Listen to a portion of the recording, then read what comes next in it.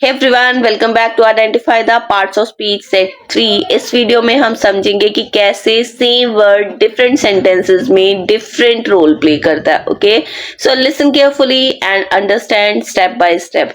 You can think about the answer before I explain it. So without wasting any time, let's start the worksheet. First word है that. Okay, यहाँ पे two sentences हैं आपके पास, दोनों में आपको find out करना है दैट का पार्ट्स ऑफ स्पीच। फर्स्ट की बात करते हैं, I like that song. First of all, जब हम सॉन्ग कह रहे हैं it means it's a noun. Okay, अब नाउन है, कौन से सॉन्ग की बात हो रही है? दैट सॉन्ग की बात हो रही है। इट मीन्स दैट वर्ड यहाँ पे डिस्क्राइब कर रहा है सॉन्ग को। कोई भी वर्ड जो किसी नाउन को, किसी प्रनाउन को डिस्क्राइब करने का काम करता है, दैट इज कॉल्ड एडजेक्टिव। लेकिन हमें ये भी पता है कि दिस, दैट, दीज, दोस, ये डिमॉन्स्ट्रेटिव वर्ड्स है। मीन्स जहां पे आप पॉइंट आउट करते हो किसी चीज की तरफ, है ना, किसी स्पेसिफिक चीज की बात करते हो यहाँ पे। तो यहाँ पे किसकी बात हो रही है? सॉन्ग की बात हो रही है। तो डिमॉन्स्ट्रेशन भी हो रहा है और ये एडजेक्टिव है। इट मीन्स इसका पार्ट्स ऑफ स्पीच क्या है? Demonstrative adjective. सेकेंड सेंटेंस की बात करते हैं, the car that she bought is red. ठीक है, कार जो उसने खरीदी उसका कलर रेड है। ओके, दैट का पार्ट्स ऑफ स्पीच बताना है। कार क्या है? नाउन है। ओके, ये नाउन है। रिलेटिव प्रोनाउंस जो होते हैं वो इंट्रोड्यूस करते हैं एक रिलेटिव क्लॉज को। मींस उनके पीछे रिलेटिव क्लॉज होती है और वो रेफर बैक करते हैं उनसे पहले आने वाले नाउन या प्रोनाउन को। इट मींस वो अपने से पहले आने वाले नाउन या प्रोनाउन के बारे में इंफॉर्मेशन देते हैं। जैसे कि ये दैट वर्ड दे रहा, that she bought is red, ये रिलेटिव क्लॉज है। ओके, क्योंकि यहाँ पे सब्जेक्ट भी है, यहाँ पे वर्ब भी है, तो ये क्लॉज है। शुरू किससे हो रहा है? रिलेटिव प्रोनाउन के साथ। ओके, एक एग्जांपल से क्लियर करती हूँ। The movie that we watched yesterday was amazing। ठीक है, मीन्स कल हमने जो एक मूवी देखी वो अमेजिंग थी। ओके, तो यहाँ पे आप देखो जो वर्ड है दैट, ये वाला वर्ड, ठीक है, किसको रेफर बैक कर रहा है? इसी नाउन को रेफर बैक कर रहा है। और यहाँ से लेके यहाँ तक ये पूरा रिलेटिव क्लॉज है। ओके, रिलेटिव क्लॉज है जो कि हमें इसी मूवी के बारे में इंफॉर्मेशन दे रहा है, इसी मूवी के बारे में डिस्क्राइब कर रहा है, बता रहा है। ओके, नेक्स्ट वर्ड है बट। आई कॉल्ड हिम, मैंने उसे कॉल किया। ही डिडंट आंसर, उसने जवाब नहीं दिया।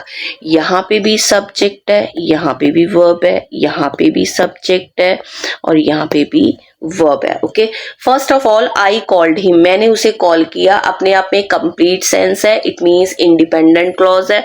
He didn't answer complete sense है। ठीक है, अगर अकेले इसी को बोलते तो इसको किसी और की नीड नहीं है सेंस को क्लियर करने के लिए। इट मीन्स दोनों क्लॉजेस की इक्वल इंपॉर्टेंस है। ठीक है, जब भी दो इंडिपेंडेंट क्लॉजेस को जोड़ने का काम किया जाता है, जैसे यहाँ पे बट कर रहा है, इट मीन्स वहां पे है कोऑर्डिनेटिंग कंजंक्शन। कौन सा कंजंक्शन है? Coordinating conjunction. ओके, और फैन बॉयज के थ्रू भी आप याद कर सकते हो कोऑर्डिनेटिंग कंजंक्शंस को। F means for, A means and, N means nor, B means but, O means or, Y means yet और S means so. Okay, clear? Next, everyone but Tom came to the party means हर कोई Tom के अलावा party में आया। Means सिर्फ Tom नहीं आया। Okay, तो यहाँ पे जो बट है वो हमें मीनिंग दे रहा है एक्सेप्ट का। ठीक है, मीन्स अलावा। अगर आपको ऐसे लग रहा है everyone except Tom came to the party. Okay, but का मीनिंग है यहाँ पे एक्सेप्ट के अलावा। टॉम क्या है? यहाँ पे ऑब्जेक्ट है। इस सिचुएशन में जब आपको बट का मीनिंग समझ में आ रहा है एक्सेप्ट, और साथ में आपको उसके बाद उसका ऑब्जेक्ट भी मिल रहा है, उस सिचुएशन में बट का पार्ट्स ऑफ स्पीच होगा प्रेपोजिशन। प्रेपोजिशन। फोर्थ वर्ड है since. I have lived here since Monday, it means मैं मंडे से यहाँ रह रही हूँ, ठीक है। फर्स्ट ऑफ ऑल जो सिंस है उसका पार्ट्स ऑफ स्पीच कॉन्टेक्स्ट के अनुसार बदलता रहता है, क्योंकि ये वर्ब नहीं है तो ना तो इसका टेंस या पार्टिसिपल दोनों नहीं बनते, ओके। जब भी हमें सिंस के बाद कोई नाउन मिलता है या टाइम एक्सप्रेशन मिलता है तो इट मीन्स वो प्रेपोजिशन की तरह वर्क कर रहा है, ओके। जैसे यहाँ पे सिंस है, सिंस के बाद हमें मंडे मिल रहा है और ये नाउन है, ठीक है। इस सिचुएशन में जो सिंस है वो वर्क कर रहा है एज अ प्रेपोजिशन। लेकिन अगर सिंस स्टार्ट हो रहा है किसी डिपेंडेंट क्लॉज से पहले, ठीक है, इट मीन सिंस एक डिपेंडेंट क्लॉज को शुरू करने का काम कर रहा है, तो उस सिचुएशन में जो सिंस है वो सबऑर्डिनेटिंग कंजंक्शन का काम कर रहा है। जैसे since you are here help me, you are here जो है ये डिपेंडेंट क्लॉज है, हेल्प मी इंडिपेंडेंट क्लॉज है, ठीक है। दोनों को जोड़ने का काम कर रहा है सिंस। इट मीन्स अगर सिंस किसी डिपेंडेंट क्लॉज को शुरू करने का काम कर रहा है तो वहां पे वो वर्क कर रहा है एज अ कंजंक्शन। कौन सा कंजंक्शन? Subordinating conjunction, okay. एक थर्ड कंडीशन भी है, थर्ड कंडीशन भी यहाँ पे समझ लेते हैं। अगर सिंस के बाद कोई ऑब्जेक्ट नहीं है, for example I haven't seen him since, इस सिचुएशन में इस सेंस के बाद कोई ऑब्जेक्ट नहीं है, तो अगर ऑब्जेक्ट नहीं है तो यहां पे ये वर्क कर रहा है as a adverb, okay. Fifth word है लाइक। हमें यहाँ दोनों सेंटेंसेस में लाइक वर्ड का parts of speech find out करना है। आई लाइक आइसक्रीम, मुझे आइसक्रीम पसंद है, ओके। पसंद है इट मीन्स बात हो रही है एक्शन की, एक्शन भी कह सकते हो या फिर स्टेट ऑफ लाइकिंग भी कह सकते हो, स्टेट ऑफ लाइकिंग, ओके। दोनों ही सिचुएशन में दोनों बातें में कौन बताता है? वर्ब बताता है। इट मीन्स यहाँ पे लाइक का पार्ट्स ऑफ स्पीच है verb, okay. She sings like a bird, वो पक्षी की तरह गाती है, बर्ड की तरह गाती है।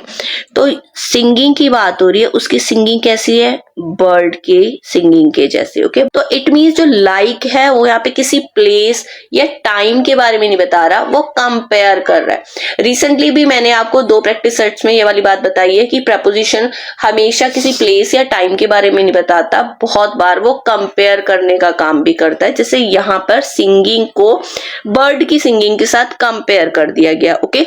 तो बर्ड वर्क कर रहा है यहाँ पे एज अ ऑब्जेक्ट जिसके साथ सिंगिंग को कंपेयर किया गया।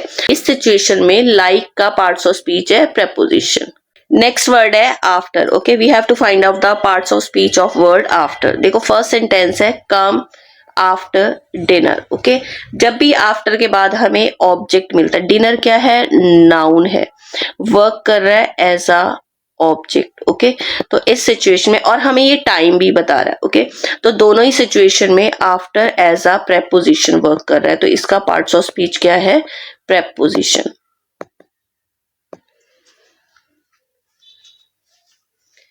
नेक्स्ट है she left after he arrived, means वो चली गई जब वो पहुंचा या जब वो आया, ओके। आफ्टर का पार्ट्स ऑफ स्पीच बताना है। देखो शी लेफ्ट क्लॉज है, यहाँ पे सब्जेक्ट भी है वर्ब भी है। ही अराइव्ड भी क्लॉज है, सब्जेक्ट भी है वर्ब भी है, ठीक है। अगर मैं कहती हूँ शी लेफ्ट, अपने आप में इंडिपेंडेंट क्लॉज है, इसको किसी और क्लॉज की जरूरत नहीं अपनी सेंस को पूरा करने के लिए। But after he arrived dependent clause है, मीन्स ये अकेला सेंस कंप्लीट नहीं करता, ओके। और इन दोनों क्लॉजेस को जोड़ने का काम कौन कर रहा है? ये word after, okay. It means ये एक डिपेंडेंट और इंडिपेंडेंट क्लॉज को जोड़ने का काम कर रहा है। तो इस सिचुएशन में आफ्टर है एक कंजंक्शन। कौन सा conjunction? Subordinating conjunction. Next word है near. The shop is near my house, ये जो शॉप है मेरे घर के पास है। फर्स्ट ऑफ ऑल शॉप ये नाउन है, हाउस भी नाउन है, ठीक है। इन दोनों के बीच का जो रिलेशन है वो कौन बता रहा है? ये नियर बता रहा है, ये प्रेपोजिशन का काम है। सेकंड थिंग, जो हाउस है वो ऑब्जेक्ट की तरह काम कर रहा है, ओके। दोनों ही सिचुएशन में जो नियर है वो वर्क कर रहा है as a preposition. Don't go near the fire, fire क्या है? नाउन है।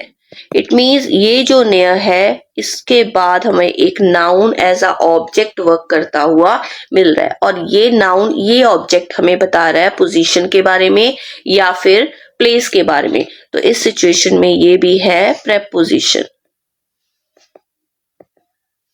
ओके, नेक्स्ट वर्ड है up. The sun is up, sun ऊपर है। ओके, यहाँ पे भी प्लेस की बात हो रही है, या तो ये प्रपोजिशन हो सकता है या ये एडवर्ब हो सकता है, लेकिन प्रपोजिशन होने के लिए ऑब्जेक्ट का होना जरूरी है। यहाँ पे कोई भी नाउन या प्रोनाउन अप के बाद नहीं है जो एज अ ऑब्जेक्ट वर्क करे। ओके, तो ऑब्जेक्ट नहीं है, तो इस सिचुएशन में ये क्या है, एडवर्ब है। Okay, she climbed up the हिल, यहाँ पे भी प्लेस की बात ही हो रही है, लेकिन जो हिल है वो नाउन है। इट मीन्स यहाँ पे हमें ऑब्जेक्ट मिल रहा है, तो ऑब्जेक्ट मिल रहा है, तो इस सिचुएशन में अप है preposition. Next, she pick up the book, उसने बुक उठाई। तो यहाँ पे जो पिक अप है ये फ्रेजल वर्ब है। ओके, तो आपको अकेले अप का यहाँ पे parts of speech find out नहीं करना। ओके, पिक अप है तो फ्रेजल वर्ब है। तो रिमेंबर दैट जब भी हम किसी फ्रेजल वर्ब की बात करते हैं तो जो सेकंड वर्ड है उसको पार्टिकल बोला जाता है, उसे प्रेपोजिशन नहीं बोला जाता, क्योंकि यहाँ पे हमें ऑब्जेक्ट तो मिल रहा है, noun as a object work कर रहा है यहाँ पे, ठीक है, लेकिन फिर भी हम इसको यहाँ पे प्रेपोजिशन नहीं बोल सकते, क्योंकि ये अब पार्ट है इस पिक का, तो ये फ्रेजल वर्ब है। दैट्स वाई जो फ्रेजल वर्ब है उसका जो सेकंड वर्ड है उसको हम बोलते हैं पार्टिकल।